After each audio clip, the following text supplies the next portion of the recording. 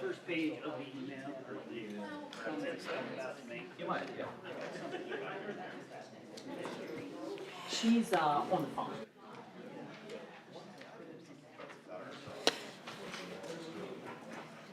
Good evening, everyone. Thank you for joining us for November 19th, 2024 York City Council meeting. This evening, we generally start with public comment, but from my understanding, Mayor Helfrich would like to kick us off first.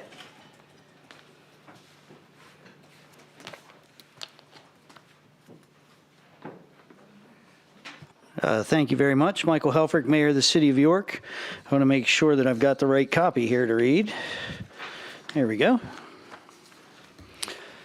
Good evening, and thank you all for your input into the efforts to find revenue to maintain our parking garages. I will outline the problem the city needs to solve a bit later because I am sure you are more interested in our final plan that was just completed today. There will be no changes to parking meter rates or times. There will be no charge for parking on Saturdays or Sundays. And I want to thank you for some discussions that I had with individuals for helping me come to this conclusion. However, I do want to say that that will be for the next year because we need to work as we work to capture the lost revenue and add the $2 per night charge for weekdays 5 p.m. to 8 a.m. We will still need to come back and assess this in the future. So there will be a $2 charge to park anytime between 5 p.m. and 8 a.m. Mondays through Fridays. So that's whether that's 15 minutes or 15 hours, it's a $2 flat rate. And so that covers the rate changes. But now I want you to really understand the problem that we here need to fix. In 2018 and 2019, the General Authority was suggesting they could sell the parking garages to a private company. If you look at Harrisburg, this means rates based on company profits, not the needs of the businesses and customers. In my mind, parking should not be a for-profit business. It is a service to our residents, businesses, and customers. The cost of parking should be equal to the expense of staffing, maintenance, and any new parking that we may need to provide. When I took back the parking garages from the General Authority, we knew we were running about $300,000 short every year, money that the already overtaxed residents of York were subsidizing, mostly for the benefit of downtown businesses. So the question became, where can we find this revenue? What we found was shocking. About 20% of, or 30,000 parking garage tickets per year are not being redeemed at the exit.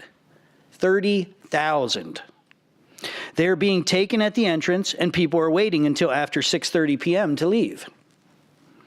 We found that 20 tickets per day, approximately 5,000 per year, were coming from people who came into the garage between 7 and 9 a.m. These are people who are stealing parking all day and waiting until after 6:30 p.m. to leave, thus stealing $22 per day. 5,000 tickets times $22 is $110,000 of the $300,000 the garages need. The other 25,000 unredeemed tickets come from various times between 9 a.m. and 6:30 p.m. We believe a conservative estimate of that revenue would be about $100,000, but we really won't know until we close the 6:30 p.m. loophole. Finally, adding the $2 per car per night revenue will fill the remaining $90,000 gap.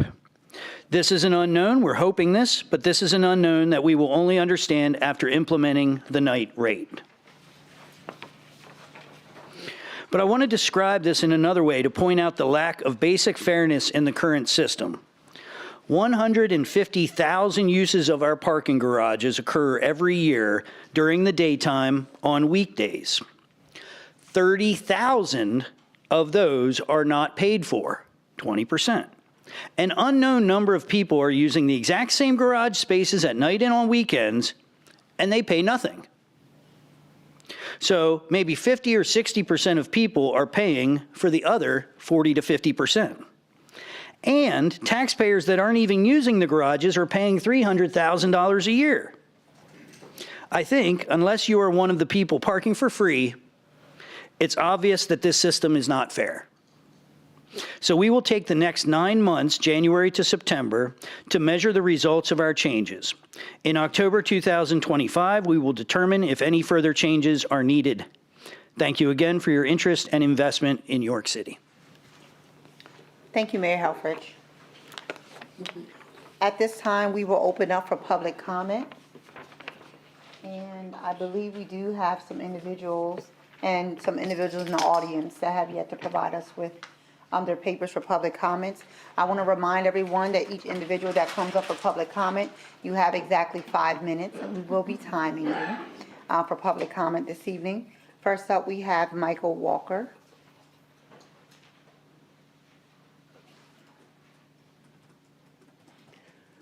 First and foremost, good evening. It's been a while since I've seen every one of your beautiful faces.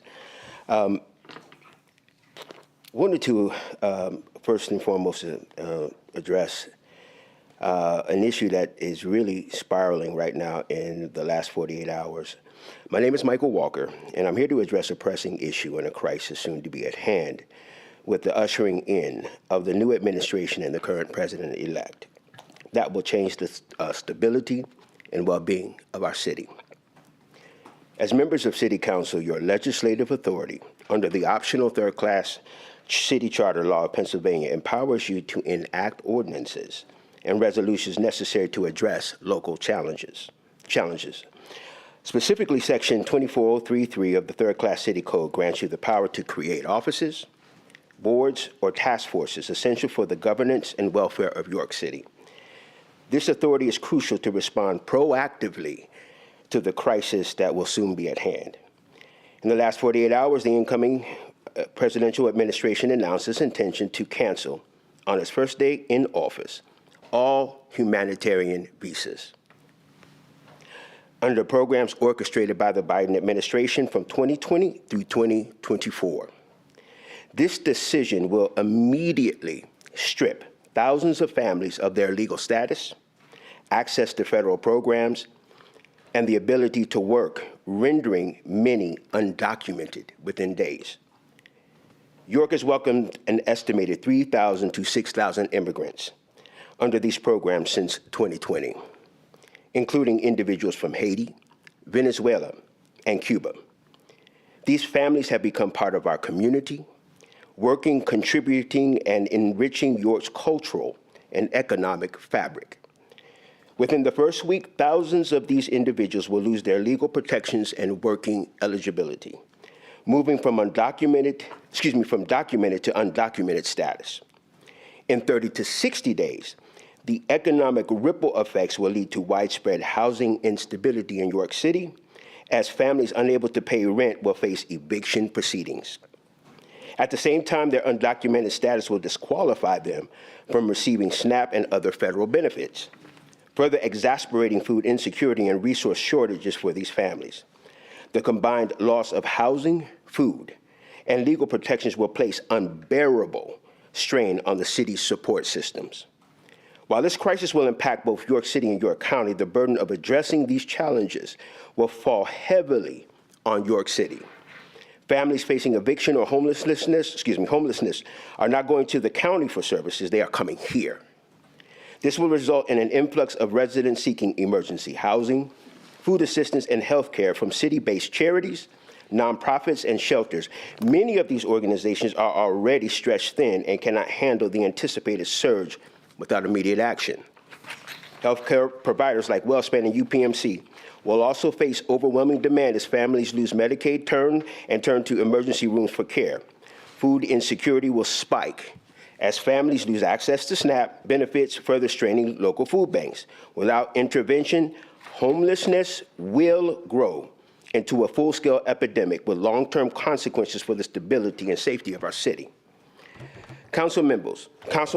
members, when people lose their homes, when people lose their health care, and specifically when people lose their ability to feed their families, they will find ways to survive, one way or another.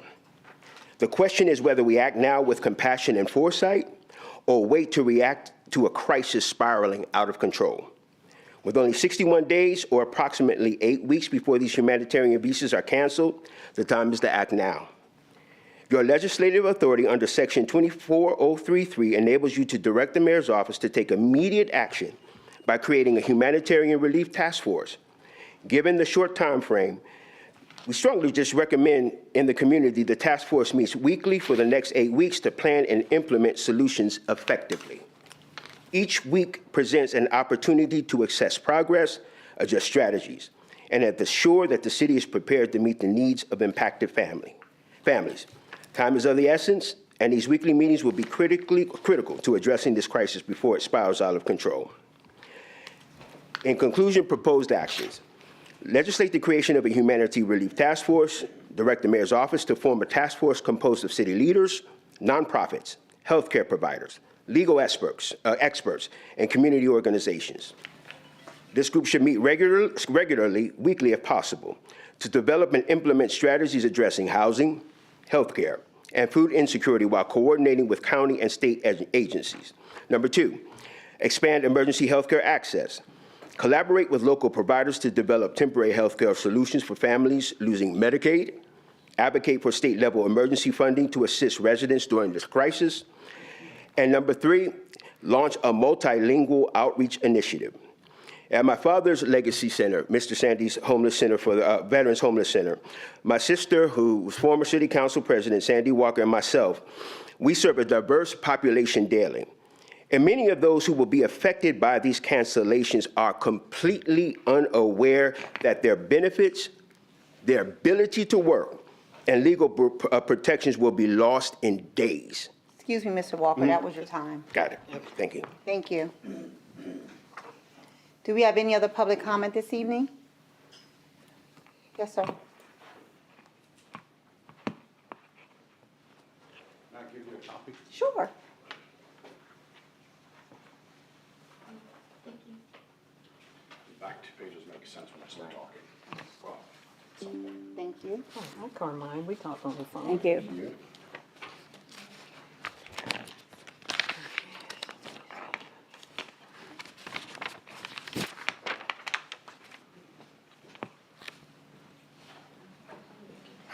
Please state your name. Carmine Pantano. Good evening. Good evening. My name is Carmine Pantano, and I'm the owner of Frank's Marble and Granite in Red Lion. I'm also the president of the Buy Local Coalition, which is a group of over 350 locally owned businesses in York County. Many of them are based right here in York City. I have been asked by a group of the local merchants and restaurateurs to speak on their behalf, as many can't be here due to having to work. We ask that you reconsider your position in charging for parking in the city garages during off hours. As you all know, the biggest challenge we have is trying to figure out how to get more people from the county to come downtown. Myself, my friends, and York City businesses have been doing everything we can to get people to come to downtown York. We make fun videos and share them on Facebook, Instagram, and TikTok. People are always saying, wow, you're always having so much fun when you go downtown. And we tell them they can too. But then they complain about the parking. My response to them about that is another discussion, but trust me, it's always positive. Although my business is in Red Lion, I can tell you that I am downtown almost every evening after work, having dinner at one of our many great restaurants. On the weekends, I'm spending my nightlife here as well. I personally will not stop coming downtown, no matter what you decide, but I am not the rest of the county.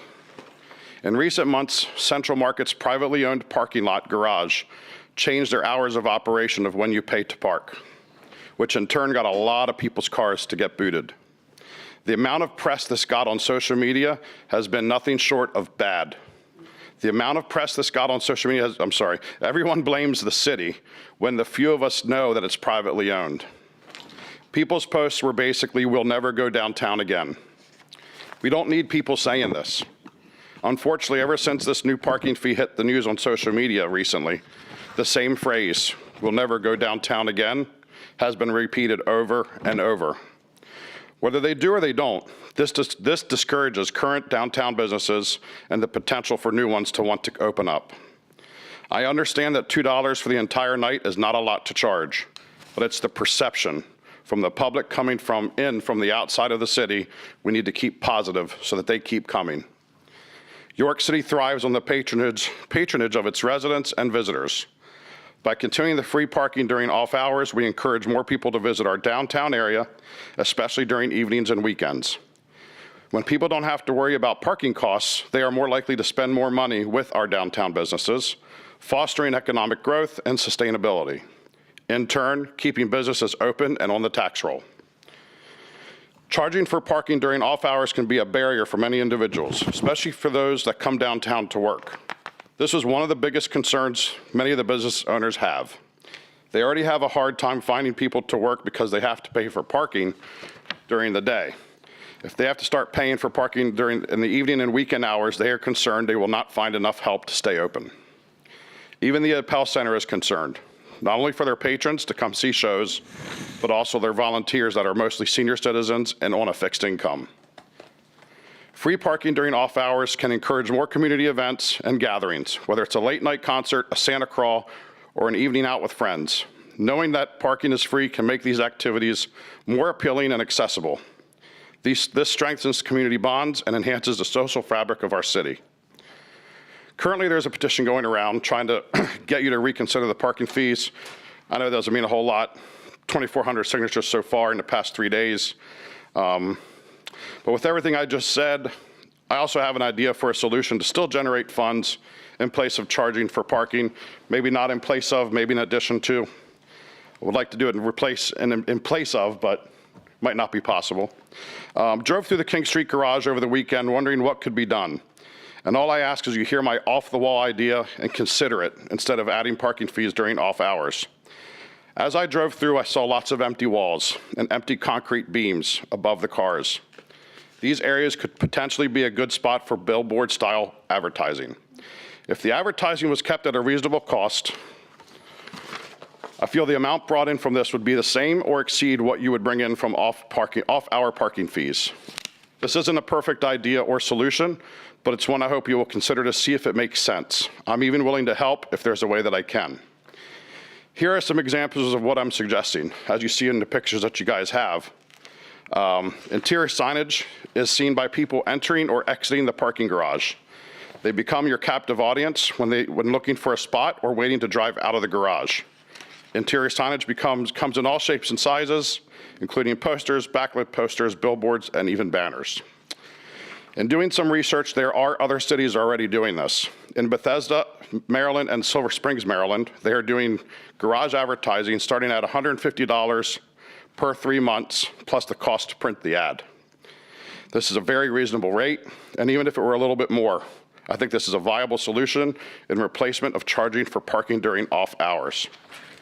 In conclusion, by keeping parking free during off hours, we can continue to find ways to get more visitors to come downtown, which will boost our local economy, enhance accessibility, and foster community engagement. Let's make York City a more welcoming and vibrant place for everyone. Thank you. Thank you very much. Do we have any other public comment this evening? Yes, ma'am.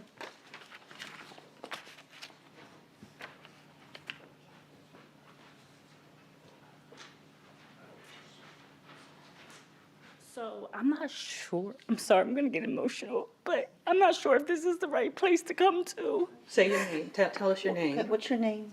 My name is Stephanie Markle, and I'm here because I don't know who you talked to about the police not doing their job, but since 2017, me and my neighbor, we have been harassed. Our property's been destroyed. They come, our neighbors sit on our porch. They bring their chairs over and line them up in front of her house and sit on her porch. We put syrup on her porch and on her property to keep them off of it. The cops never come. They never show up. When I call, they don't show up. They might call an hour later and say, what's the problem? But by then, the kids are gone, and the cycle continues over and over again. I've went down, I talked to plenty of sergeants. I even tried to contact Muldrow, and we get nothing. And they harass us every day. Every day we come out our house, they harass us. They say nasty things to her, inappropriate sexual things about both of us, and we're over it. And then if I respond, I'm gonna get in trouble. But they don't do anything. And I don't know who to go to tell that the cops don't do their job. I have plenty of footage on my phone that the cops will show up and they'll tell them, somebody called the cops on you and keep it moving. And then they just go right away and say it's me and her. She don't even call the cops because she doesn't want them to retaliate on her. I stopped calling the cops because they don't show up. I'm assuming other neighbors are tired and they're starting to call the cops, but they always assume it's us. So then it gets worse. And it goes on, and I have videos of the police coming down to break up the fights over there, and they literally do nothing. The one literally stood out front of my house and watched everything go on at 1:30 in the morning and never told them to go in, never told them they had to go, nothing. He just sat there and watched this whole thing play out. And I'm like, what was the purpose of you being here? Like, we're at our last wit's end. Like, I don't know what to do, and I'm ready to spaz and snap out because I should not, or we should not have to go through this. Like, I pay my taxes, I own my property, and we both do, and we should not have to deal with this on a regular basis. And when I go talk to the cops, they look at me like we're the problem, and they never do anything. They threaten to shoot me. I take footage down. It wasn't enough. And I'm like, what do we have to do? Like, what? Like, I'm just over it. I'm done. I don't know what else to do. And I'm asking you guys to please help us because the cops they're not doing nothing at all. And this has been going on since 2017, actually longer because her and my mom dealt with it. I moved back into my childhood home and now I'm dealing with it. They destroyed my whole fence out back. Nothing happened. The cops said, well, at least they're not out shooting up the city. So that gave them a right to break up my property because they wasn't out shooting up the city. And every time I call, it's something more important because this is just a nuisance call. And they have something else going on that they can't show up. And this is all the time. All the time. And I just don't know what else to do. And I'm just asking you guys to please help us. Thank you. have And a we're so great guy sorry right that you're here. experiencing that. Thank you, Steph. Thank you.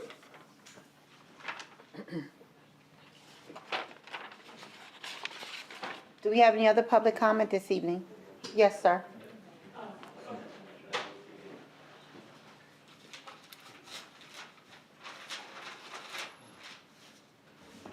Hello. Good evening. I didn't come as prepared as Mr. Pantano, so I hope there's no grading him by credit. So my name is Adam McAllister, and good evening. I am a York City property owner, a local business owner, and I would consider my wife and I friends and advocates for the city of York and downtown York. I appreciate the opportunity to come talk with you this evening and ask, in lieu of the information that Mayor Helfrich provided with us tonight, the idea of charging for parking from 6:30 p.m. to 8 a.m., especially on Friday nights and the weekends. Having had our business located in the city at 1 West Market, we are very familiar with the worst four-letter word in York City, parking. We are also very familiar with the monthly cost of operating a business in the city, otherwise known as a privilege to operate a business in the city tax. Fortunately for us, and our business wasn't dependent on folks coming downtown. We went to them. But for the restaurants, the shops, boutiques, theaters, and other spaces of entertainment, they are dependent on folks not only from the city, but from the county coming to them directly.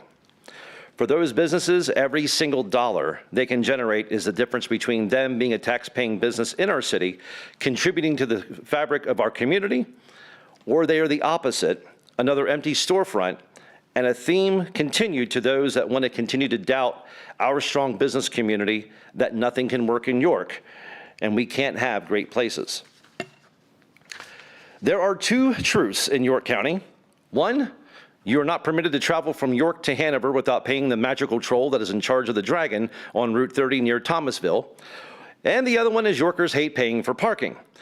Most of them know that when they come down on the weekends to visit Central Market, take in a show at the Appel Center, or have an amazing meal at one of our great locally owned restaurants, the one charge they aren't having to worry about and get hit with is parking, allowing them a few extra dollars to spend downtown and enjoy more of what York has.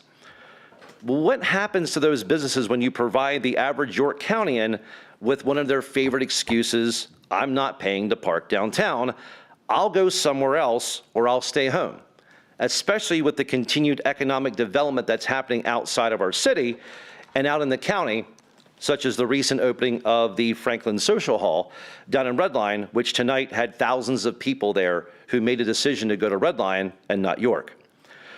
We already have members of a generation that still think it's 1969 in York.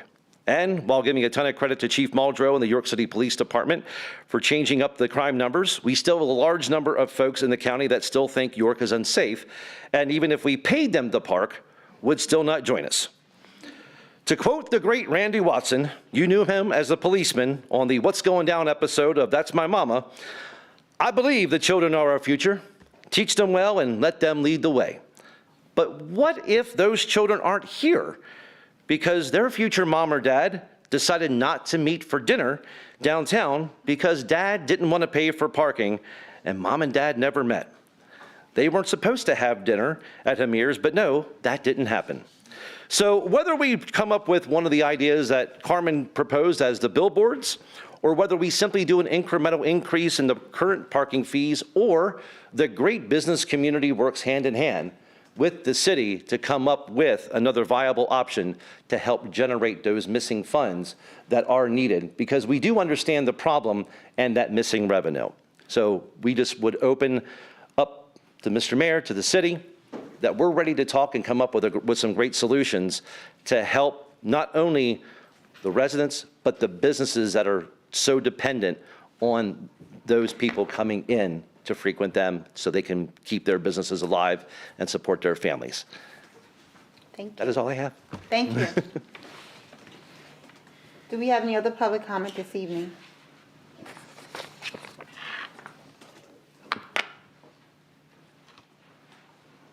Okay. Being that we have, excuse me? I haven't signed up. Okay. I'd like to comment on what I've heard here thus far. Sure, if you want to make a comment.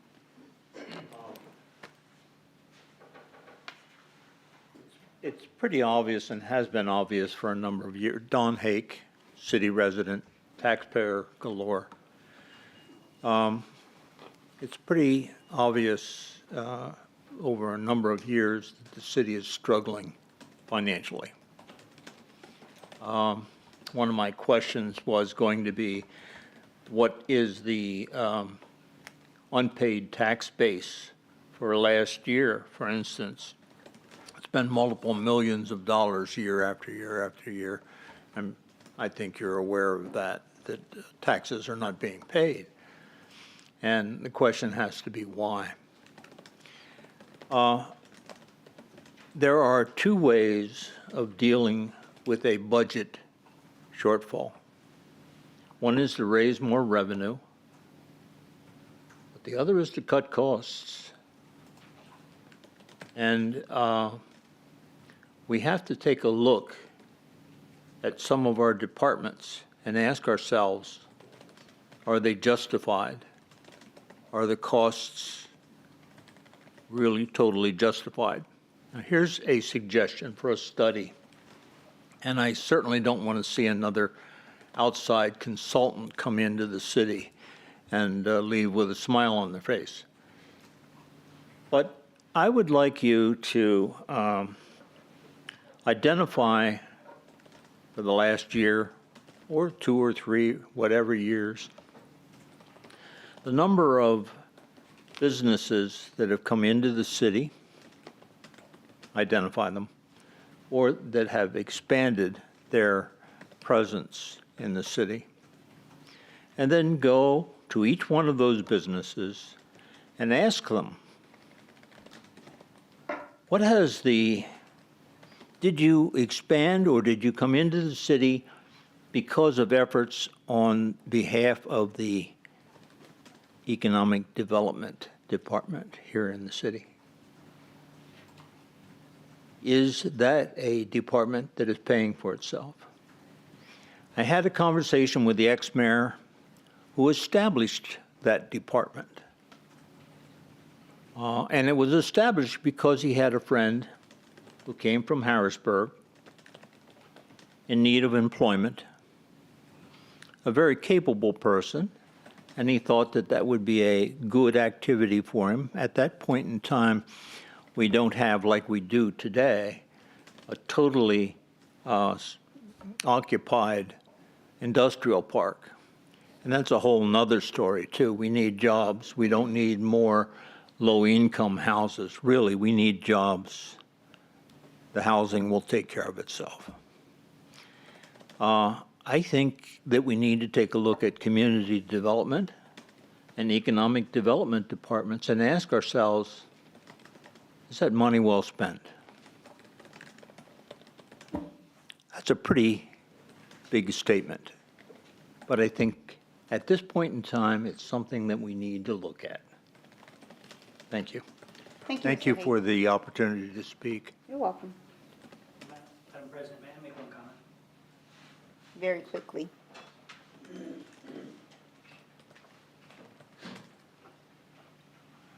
I know we're introducing the budget right now, not reviewing it, but you will see in the budget that of the taxes, so the city is worth about $1 billion of taxable income, taxable property, 600 million non-taxable. We can't really do anything about that.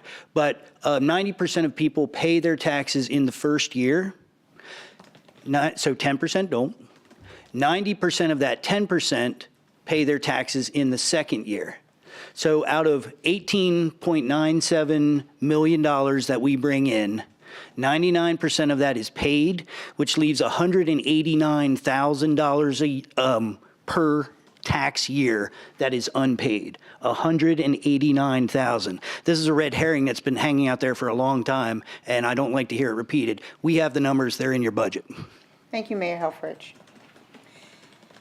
At this time, we have, yes, Ms. Marie.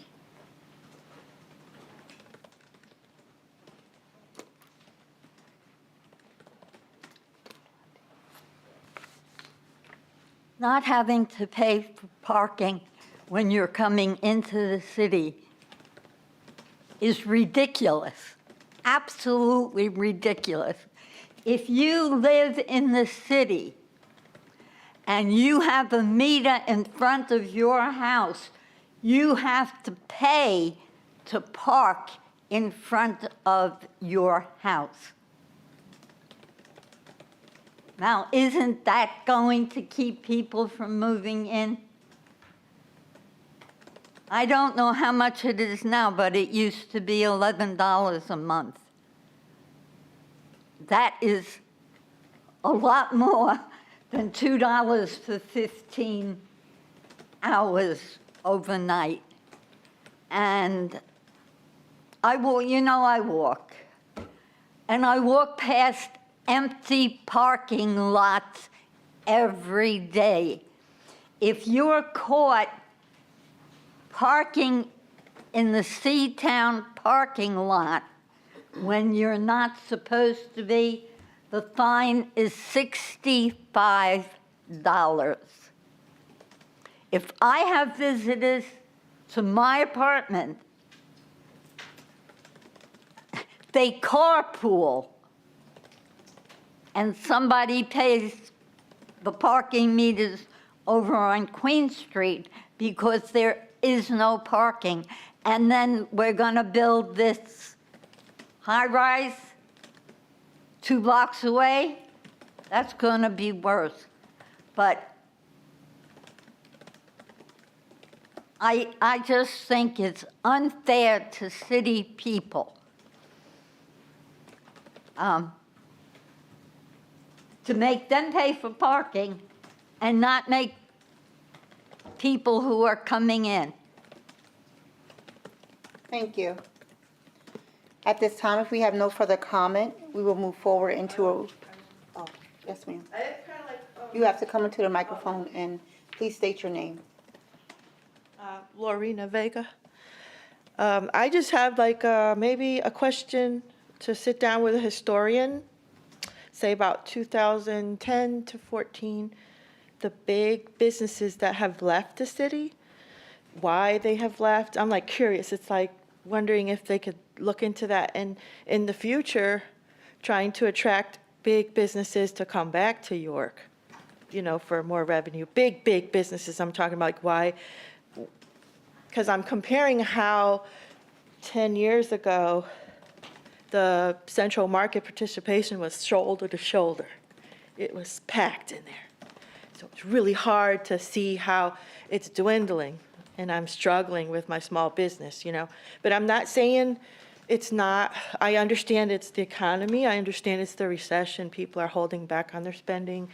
I don't like blame the city because people like he was saying, oh, we're not going down the city because it's dangerous. We don't go. He's talking about people from Dallas Town or from Redline or from, they don't come into the city. But I was just wondering, like, what they're going to do in the future to attract big businesses for more revenue. So when we'd have this lunch crowd could come back like it used to be 10 years ago. Because, okay, I understand that ever since COVID, those say we have like 350 people in this area that have never come back to work. They're still working from home. So then that's like a lot of people less to come downtown to have lunch in our businesses. And I did hear last year there was like a couple businesses gonna come up here or on this side, or big businesses, but you know, I need to find out, like, I wasn't really paying attention in 2013 and 14, how many businesses left, the big businesses downtown. Like, for instance, Densply or a couple others. They preferred to get out of the city and go elsewhere. And then less people down for lunch. You know, so it's just a question that maybe one day I'll just like find out with a historian, like what happened that these businesses left and why. It's just like a curious question. But in the future, to find out these things that why these big businesses decided to leave, the new ones that come in, we won't make that same mistake. If it's not, if it didn't have anything to do with the economy or whatever, you know, or, you know, trying to figure out how it's going to be in the next 5 to 6 years, because I'm trying to start another entity off of my business to get a bagel company running, but I don't really see thousands of people coming into the city like they used to, you know, for lunch, or working people to come for breakfast, and which makes a big difference to compare from 2010, 11, and 12. Like these businesses would all be here to come down for lunch and come for breakfast. Whereas you come now, you go till 11, 12, you don't really see too many people out like it used to be 15, 20 years ago, you know, like crowds of people. Thank you, Ms. So Vega. that's it. Thank you. Thank you. Thank you. Do we have any other public comment? We will move forward with our legislative meeting. We will call our legislative meeting to order. Madam Clerk, may you please call the roll? Okay, Bub, Here. John Askew, Here. Buckingham,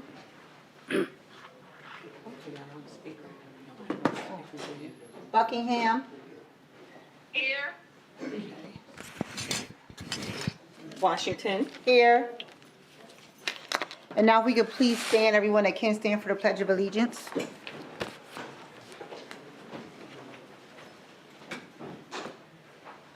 I pledge allegiance to the flag of the United States of America and to the republic for which it stands, one nation, under God, indivisible, with liberty and justice for all.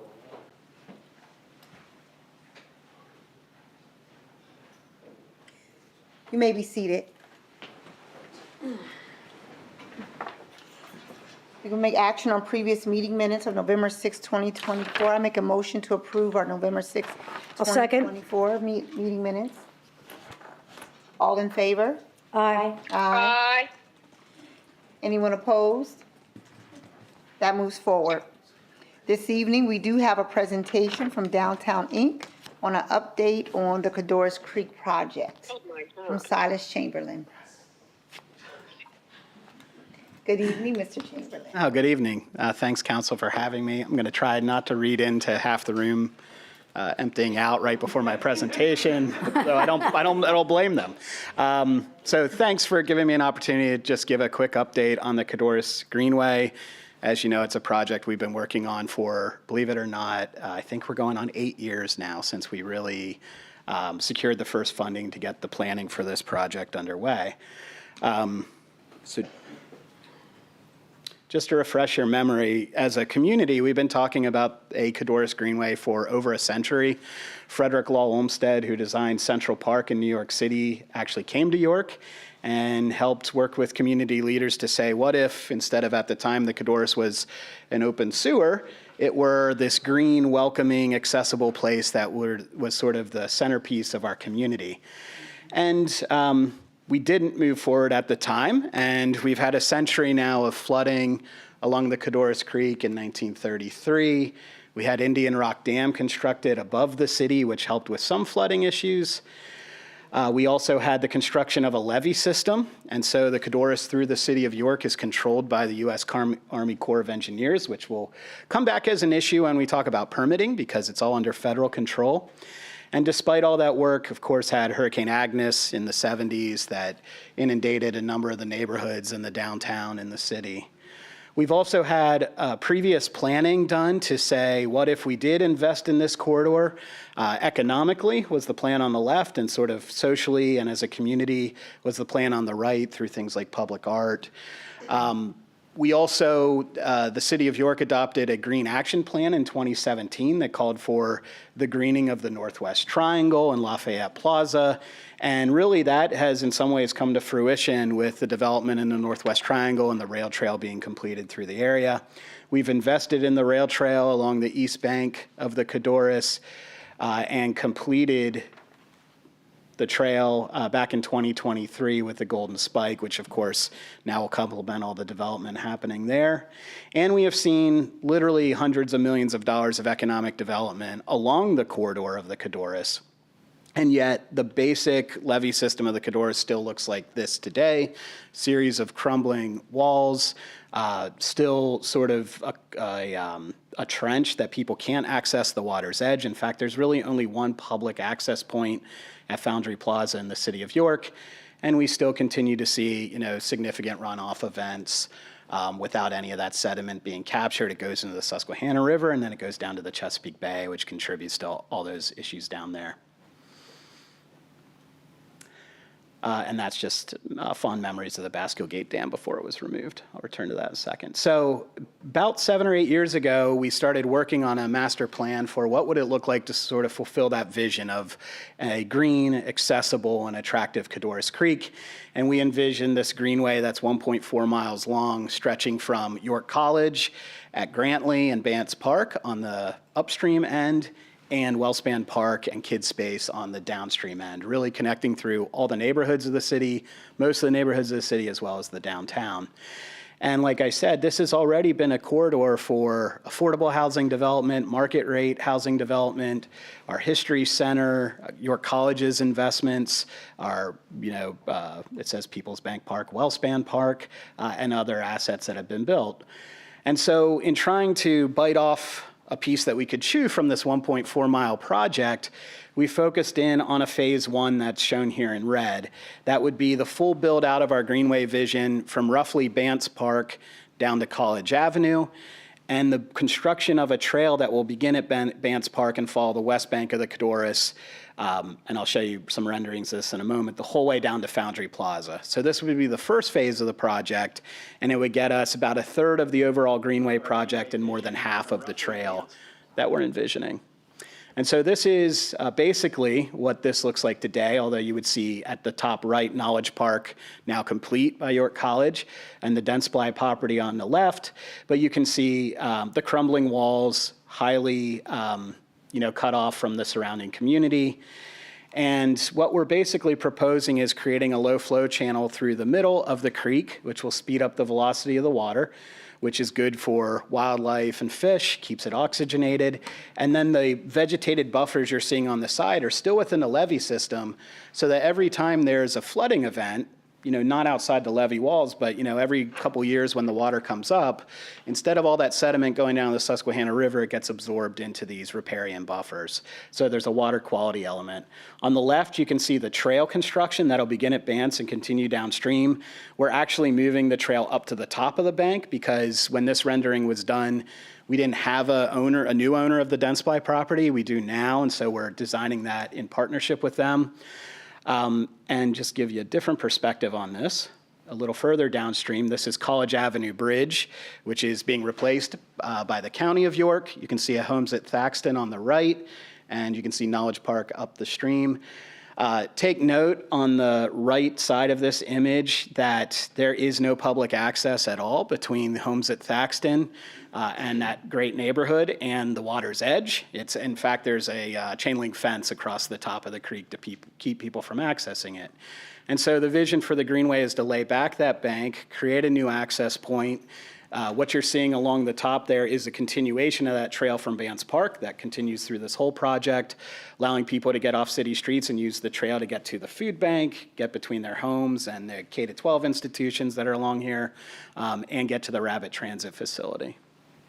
And I should note that there's a place we've been holding all throughout the design process to recreate Thaxton Park between the levee, top of the levee, and the new Homes at Thaxton. And that's that green space that's being held there. We've been working with the city and the design firm that they hired to think about what will fit in there. This is just coming a little bit further downstream. This is King Street. So on the left is the Rabbit Transit facility, which we know is a destination for many people walking in the downtown as a way to get out of town into some of the grocery stores and other services. Again, no access to the creek's edge here. The new West Bank Trail will come within the levee system. The switchback on the bottom right would get people from that new trail up to King Street to cross or to go to Logos there. And then it continues down off screen the whole way to Foundry Plaza. So in effect, that is the phase one. As part of some of the federal funding we've received for the project, we had to quantify some of the benefits of the project because they want to know that their federal investment will pay off locally.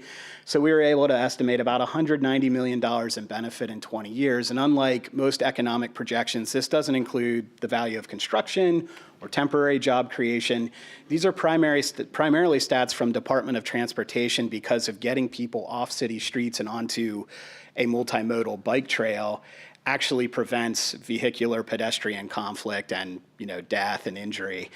So they were able to look back over time to local streets and see how many people had been hit by cars and injured or killed, and then actually project out what the safety benefits would be if people had a more walkable backbone to get between all these different assets. And then also the stormwater benefits are pretty substantial. Up to 16% of York County's overall sediment reduction goals can be met by this project alone.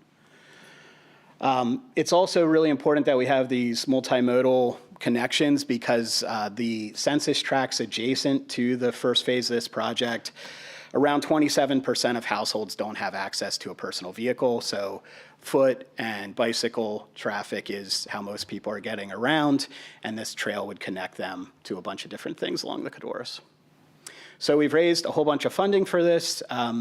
What you're seeing is pretty much every state and federal source and even County of York and City of York funding that's available for these types of projects that kind of mix stormwater and transportation economic development together.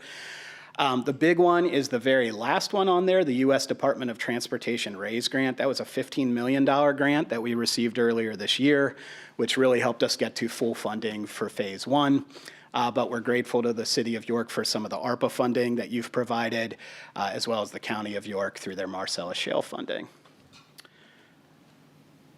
And so just a sense of where we're at now, this first phase that I showed you is $35 million. That is fully funded with state and federal sources. So construction is good to go from a funding perspective.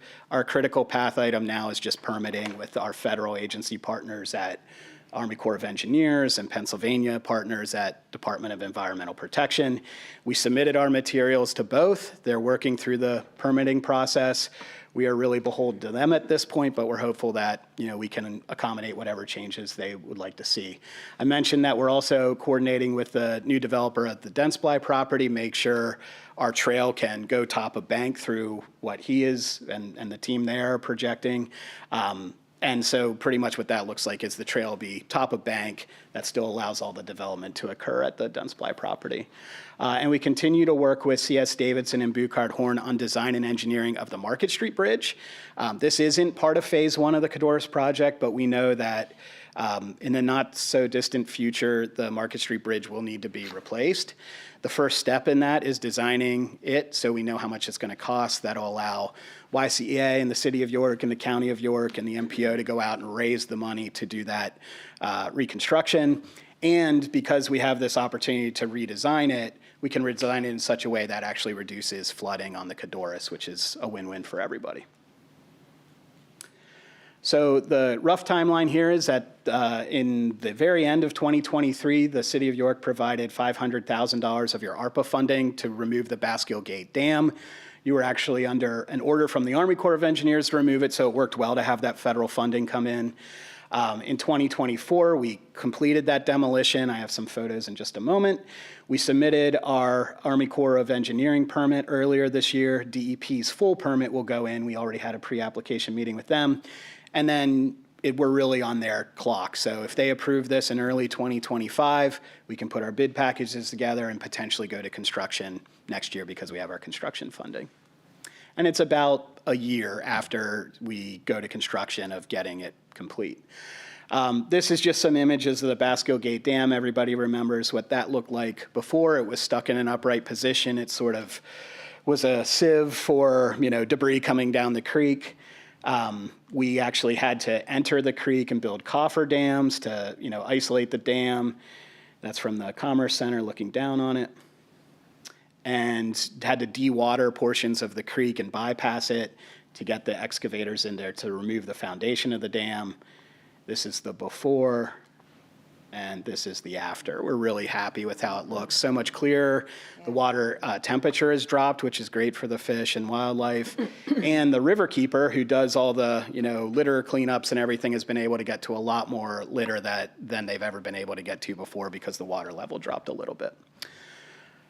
So we have been hyper-focused on construction and design and engineering and permitting. There's a bunch of other stuff we have been doing in parallel to that. We're raising funding to do a maintenance endowment so that we can pay folks to come in and maintain the final product. We are looking at ways to deploy our Bloom Business Empowerment Center funding to businesses or potential entrepreneurs in the neighborhoods around phase one, so that as people come into the community and get to experience the Greenway, they also can hopefully spend money at local businesses. We've worked with Crispus Attucks for a couple years now in the Codorus Enrichment Program led by Eric Kirkland, and that is expanding in the coming years. And of course, there's lots and lots of opportunities for art and micro parks and a bunch of other things. But honestly, those are kind of the fun things we get to worry about after we get to construction and build phase one. And that's my whirlwind update on 7 years of work. So we're closer than we ever have before, but we know from past experience we're kind of in others' hands when it comes to permitting. Any questions for me? I don't have any. I just have a question about the link that you guys sent me. Sure. Will I be able to download this presentation? Yeah. Okay, Yeah. all right. Yep. And if you have any issues, let Hannah or Sarah me know. Okay, all right. And you can give me the clicker. All right. Thank you very much. Or else Thank you, Silas. it will kill me. Thank you, sir. At this time, we will move along. Our next legislative meeting of council will be held on Tuesday, December the 3rd at 6 p.m. here in council chambers. Yes. How is this going to affect logos? Because it's right along the creek. Logos really likes this project. They currently, because of the flood wall that's there at Logos, the children can't even see the water, so they kind of feel like they're walled in from the Codorus. you saw the one rendering, there's a proposal to put some steps down to get to the trail. And so the teachers are excited to be able to connect the students near the creek. And the way it's designed is we'll be working from inside the levee system, so we won't have to interrupt, logos and disrupt their property. So far, they're very excited about it. Thank you. Any agenda items are due by 12 noon on November 25th. We do not have any prior committee referrals, and so we will move along to our legislative agenda this evening. Up first, we have resolution number 105. So introduced. So introduced. Oh, I heard you, Betsy. I'm sorry. I'm just, She's just typing. I have to be so violent about it. My Her goodness. fingers are moving, All right, that's resolution number 105, introduced by Betsy Buckingham. Be it resolved that council hereby approves certificate of appropriateness for work to be covered as recommended by HARB for work to be done at 32 West North Street, 212 through 218 North George Street, 130 East Gas Avenue, 205 South George Street, 118 South Pershing Avenue, and 121 North Pershing Avenue. It has been introduced. Is there a second? Second. Is there any council comment regarding this matter? I have none. Any public comment regarding this matter? Madam Clerk, please call the vote. Bub, Yes. John Askew, Yes. Buckingham, Yes. Washington, Yes, and that moves forward.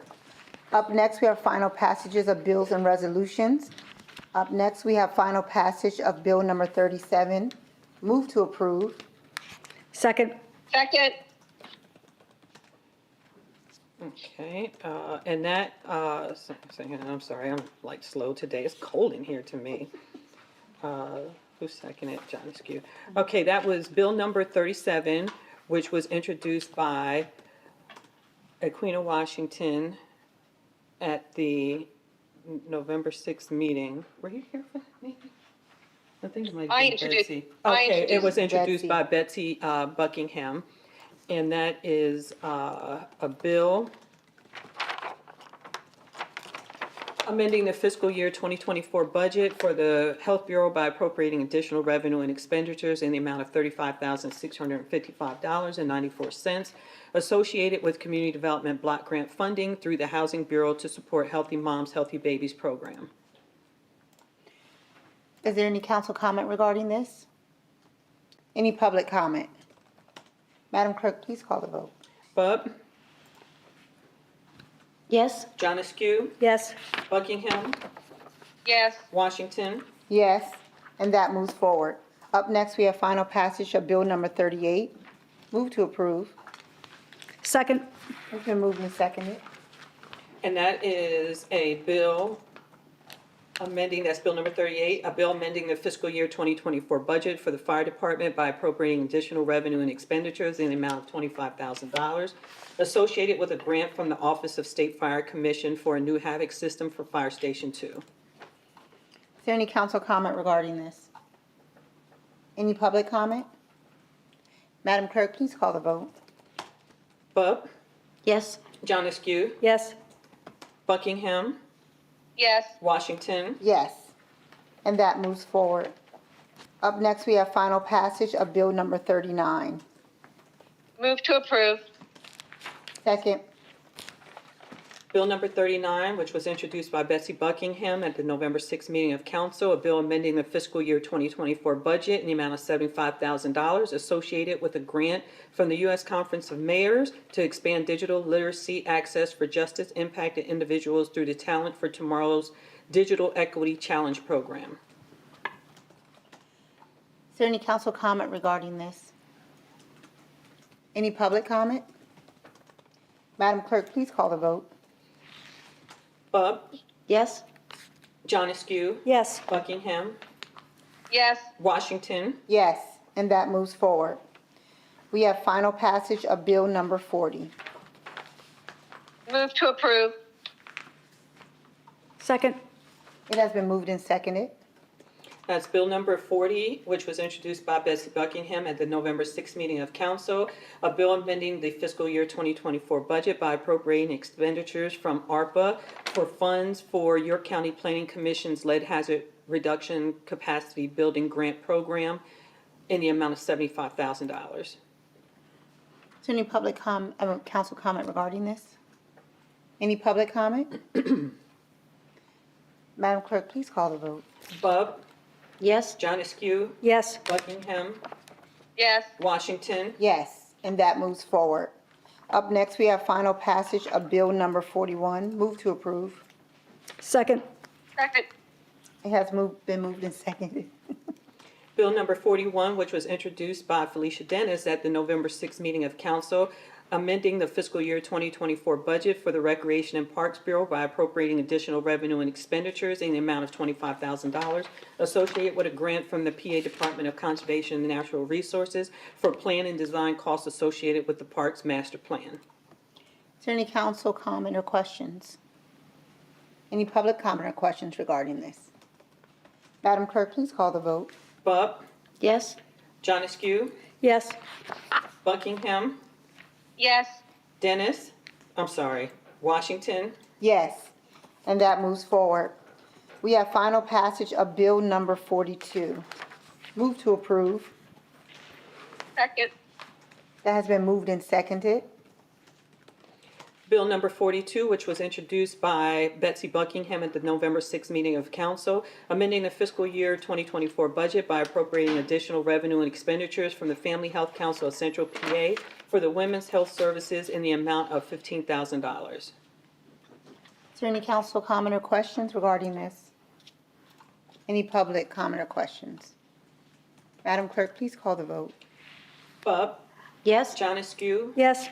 Buckingham, Yes. Washington. Yes, and that moves forward. Up next, we have final passage of Bill number 43. Move for a vote. Second. Bill number 43, which was introduced by Teresa John Askew at the November 6th meeting of council, is a bill establishing Article 196 Tax Forgiveness Review Committee of the Codified Ordinances. Is there any council comment regarding this? Yes, first I'd like to thank Treasurer Jeff Coat and Clerk Thompson for really, helping get this over the finish line. City Council has received, numerous requests from 501c3 organizations for tax forgiveness, and the problem was there was no uniform application process or standard review in place. This bill does standardize that process. It provides a uniform application. It establishes a review committee that includes the business administrator, the controller, and the treasurer, and they will make a recommendation that will be forwarded to council for final vote. I also think it's really significant that it places a cap on the amount that could be asked for. They can only file for the current or the previous year. I think this was really a significant move and much needed, and again, I really appreciate that we got this done. Thank you. I would just like to say thank you to Councilwoman Janescu. Also thank you to our clerk, thank you to our treasurer for the work on this project and for moving forward on this to ensure that we have a more equitable process and are managing our tax forgiveness in the city of York. So thank you all for your work on this. Do we have any public comment regarding this? Madam Clerk, please call the vote. Bub, Yes? John Askew, Yes. Buckingham, Yes. Washington. Yes, and that moves forward. Up next, we have final passage of resolution number 101. Move for a vote. Second. And that is, that is resolution number 101. It was establishing an application fee in accordance with the Tax Forgiveness Review Committee ordinance, and the fee will be $50 for the application. Is there any council comment regarding this? Any public comment? Madam Clerk, please call the vote. Bub, Yes? John Askew, Yes. Buckingham, Yes. Washington. Yes, and that moves forward. Up next, we have an introduction of bills. Introduction of bill number 44. So introduced. Bill number 44, introduced by Betsy Buckingham, an ordinance approving the 2023 budget in the total amount of 2025 budget in the total sum of $70,266,904. And that is a bill, and it will sit. Up next, we have introduction of bill number 45. So introduced. Bill number 45, introduced by Betsy Buckingham. It is setting the tax rate for the year 2025 at a sum of $18.97 on each $1,000 of assessed valuation. And that is a bill, and that will sit as well. Up next, our new business. We have 3 items for consideration for consent agenda.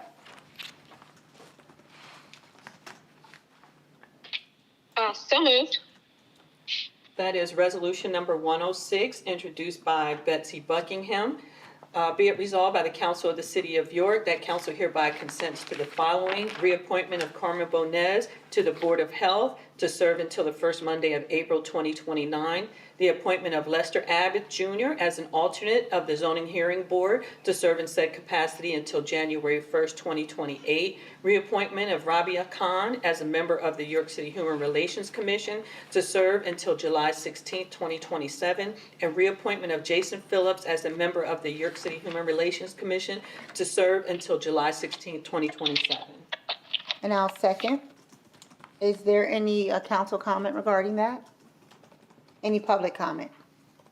Madam Clerk, can you please call the vote? Okay, was there, I don't think there was a second for that. I did the second. Oh, okay, thank you. All right, Bub, Yes. John Askew. Yes. Buckingham, Yes. Washington. Yes, and that moves forward. Up next, we have resolution. Before you move on, I'm sorry, Lester, I see that you're here, and I know that you wanted one of the judges to swear you in. I'm capable of doing that unless that's what you want to do, that's fine. I've known you for years. Oh. And I look forward to you swearing me in. You can stand right there, and I'm going to swear you in right now. Thank you very All right, and I'm going to stand with you so you don't feel so lonely. Oh. Nice.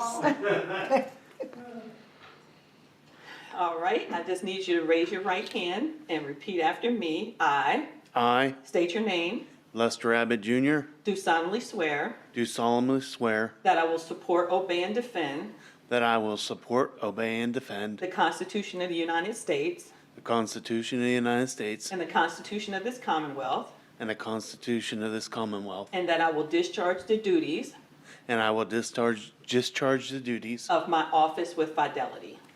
of my office with fidelity. Very good. Thank you very much. Thank you, guys. I I just appreciate need it. you to come up here real quick and sign this for me.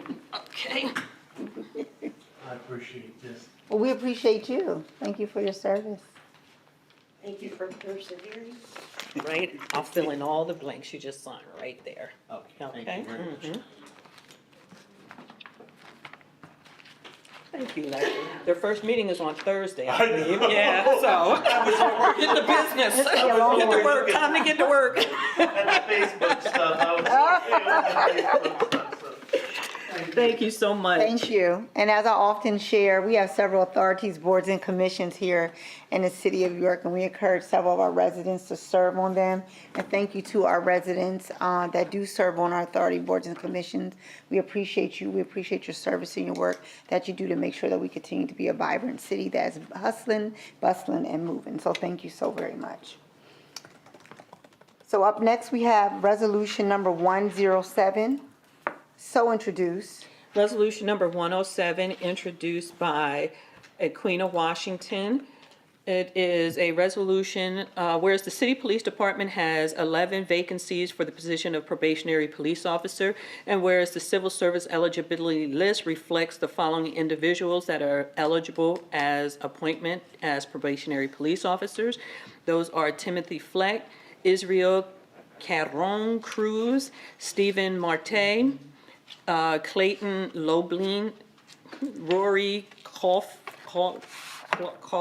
I am so sorry if they're listening that I am messing this up. Jesse McCardle, Stephen Reed, Inez Arrington, Owen Henty, Antonino Musso, and Dominique Colombo.